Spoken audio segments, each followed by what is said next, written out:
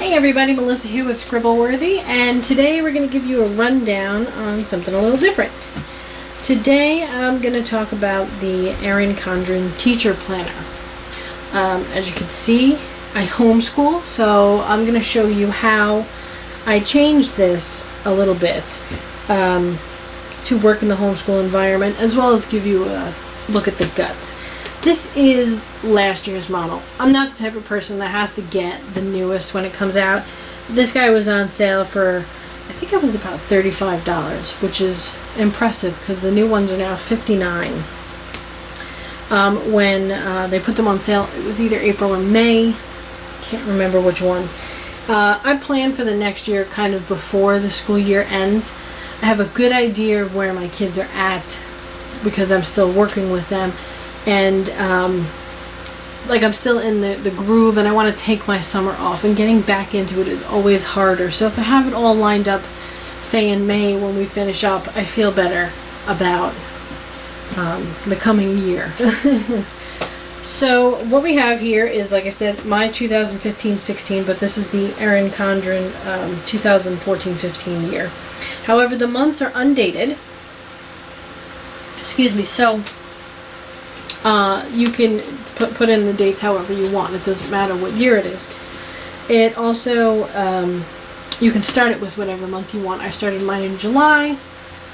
I could probably go August, but I'd like to have a couple weeks right before we start to just kind of get everything started so that I have a few extra supplies on hand for the month and to be prepared somewhat in advance. So it's like I want to be ready for our start in August sometime in July so that I have it all. You know, I want to start prepping in sometime in July, so I have it all laid out. So this is the taffy cover. This is the inside of the cover. Same as the front. Comes with this ruler. I really don't like this ruler. For starters, this ruler, I don't like the thickness of the material. Makes it really hard to clip in and out without the teeth busting. It's brittle because of how thick it is.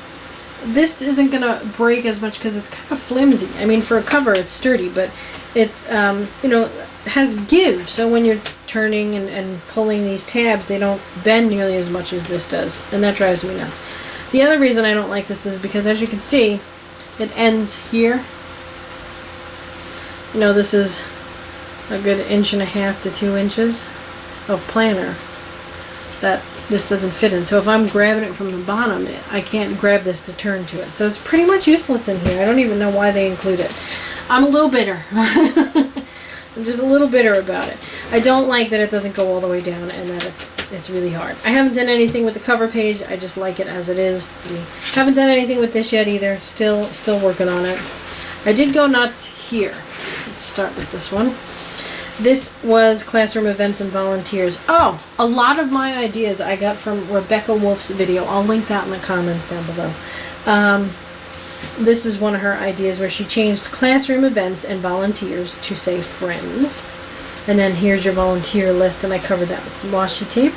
And then, of course, we have special events and field trips, so that works out perfectly for us, and that washi tape for the grass for field trips because it makes me feel special to make things match. Ignore all the pink stickies.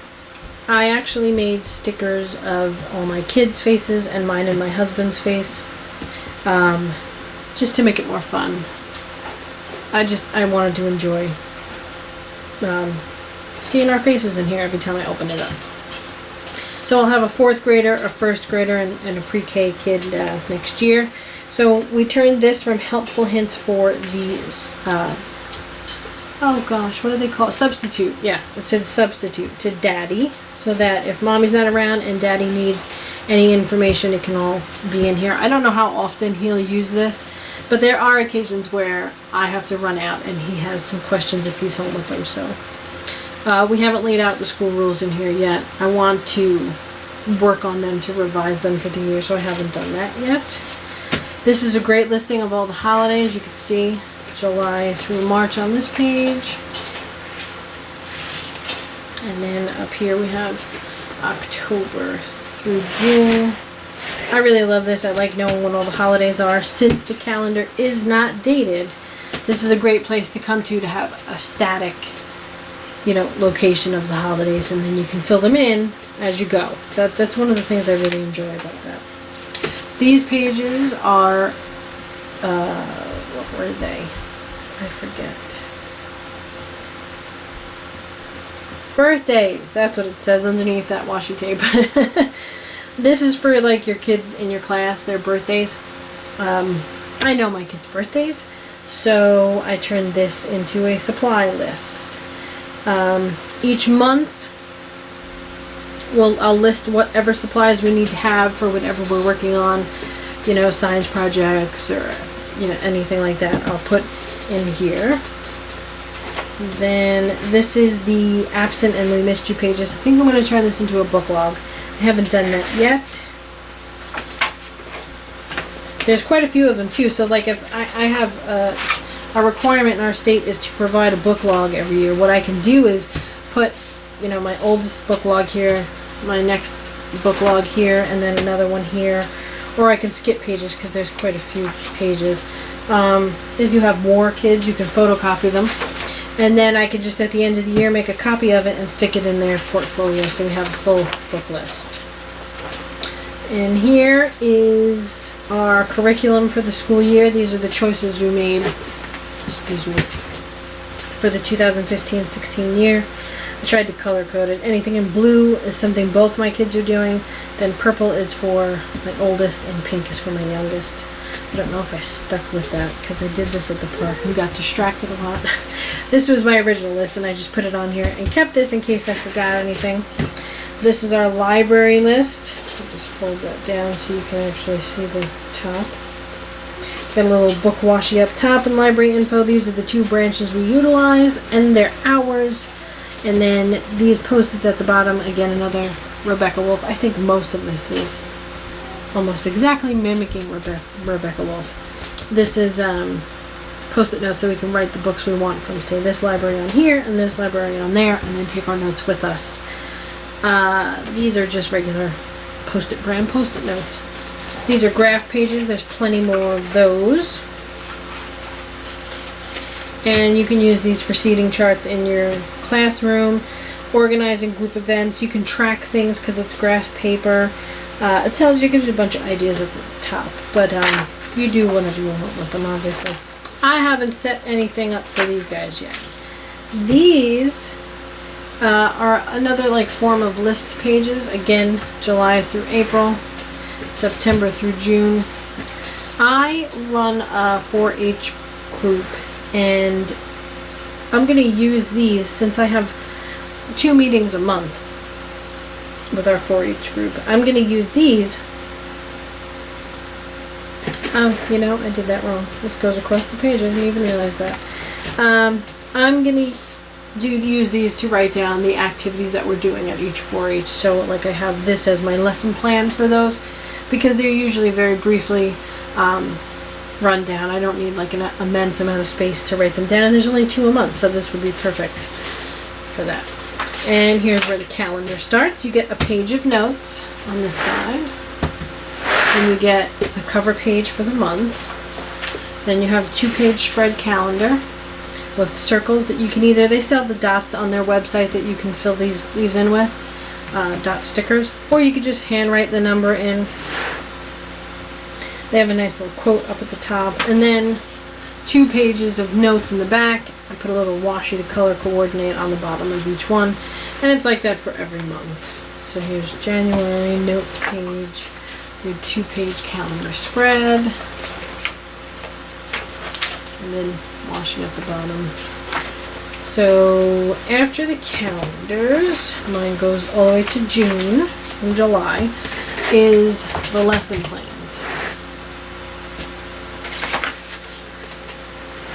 This is the page that lists your days of the week, and then at the top of each of these is a header, and as well on this side too, that you could put the subject, the time the class is, or you can do this by your kids' names, because there's enough boxes in here. If you just need to write something quick, you could put your kid's name here, and then, you know, this is Johnny's category for the week, you know, and this is Frank's, and this is, you know, Carla, or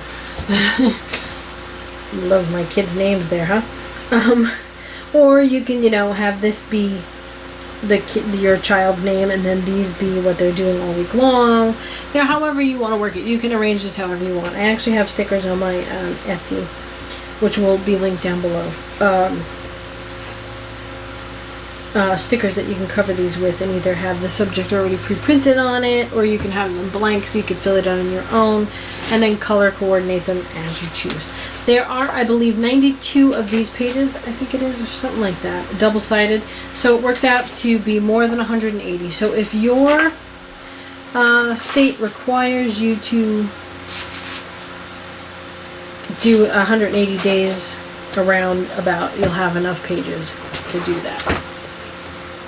In the back, this neat little section is a checklist. I'm not certain what I'm going to do with this myself yet, but what I really love about this is this remains static. So if this is, say, our, a list of tasks and goals we want to complete every day for the entire school year or something like that, we can fold this over here with this fold line. It actually gives you the fold line. And then the names remain static. I don't want to actually fold it. And then the columns will continue on. So you can have your chore list or whatever listed here, and you don't have to rewrite it every single time you need to move to the next page. And there's a bunch of those. There's quite a few pages, like 8 or 10 of them, I think. Maybe more. And then we get to the stickers. Reminders are good for homeschoolers or teachers, and then if you're a homeschooler, you can use the testing if you do testing, computer lab if you have computer days. Libraries are good for homeschoolers, first and last day. We do a fire safety every year, so emergency drill that we could work into there. Field trips, observation, assembly, IEP. This is great even for a homeschooler because sometimes the homeschool kids have an IEP. Through like the cyber program, and you may need this for that. Duty, staff meeting, furlough, and holiday. And holiday, of course, a lot of these you can't use if you're a homeschooler, but holiday you absolutely can. And then you have tons of blank ones. There is no shortage of stickers in here. I love that. These are great to write on with one of these bad boys, a Sharpie marker. It's permanent, it doesn't smudge, it stays. Actually, I got this particular one is the Sharpie Extra Fine.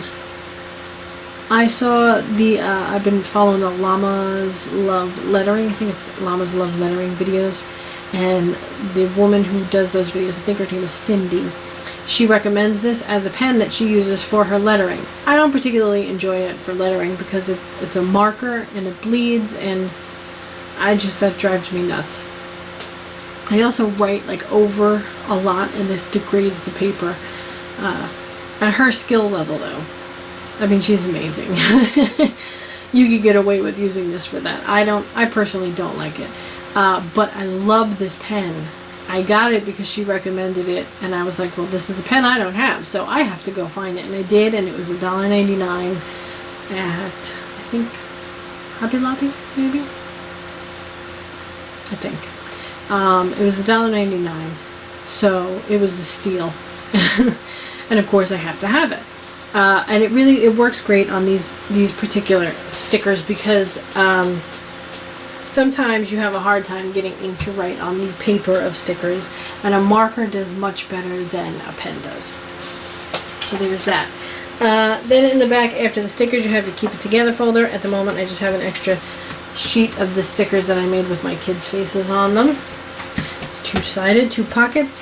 Comes with one of these clear pockets. You can get more. I forget what they charge for it, but I think you can get up to 3 more, so I think up to 4 of these. I will use this for like my husband's work schedule so that I know when he has off, so we can plan trips and events and our school activities around that. And then it comes with the pouch in the back with the stickers in it. And the back cover. I got the little clip-on thing for this. I don't plan on changing out the cover for this. It's not like, a personal representation of me. So I just stuck with the rainbow because it's I love colors. and I'll never tire of looking at it. So I got that little clip on. It works out fine for me. Yeah, that's it. Oh, and size comparison, just so you have a better idea. This is not an Erin Condren cover. This is my life planner. This is a size comparison. Got a good, 2 inches. This is 7 by 9, and then the teacher planner down here I think is 8.5 by 11. Let me see. That's a little more than that. It's 11 by about 8.5. Yep. So yeah, 7 by 9, 8.5 by 11. So it's much larger, much more substantial. You have a lot more space to write, and since there's a lot of details that go into lesson planning, that makes sense. And yes, this cover is not from Erin Condren. It is from ashbrooklanedesigns.etsy.com. Of course, she has an Etsy. Everybody has an Etsy, and if you don't, go get an Etsy. You have to find something you have to sell. It's a thing. You just have to do it. I love this cover. I actually like these better than the Erin Condren covers. This thing has held up more than my Erin Condren covers, so I would definitely recommend going there for one. Alright, if you enjoyed this little video, give us a thumbs up. Subscribe if you'd like to see more. Leave comments down below with suggestions or any questions you may have. And I'll see you soon. Bye-bye.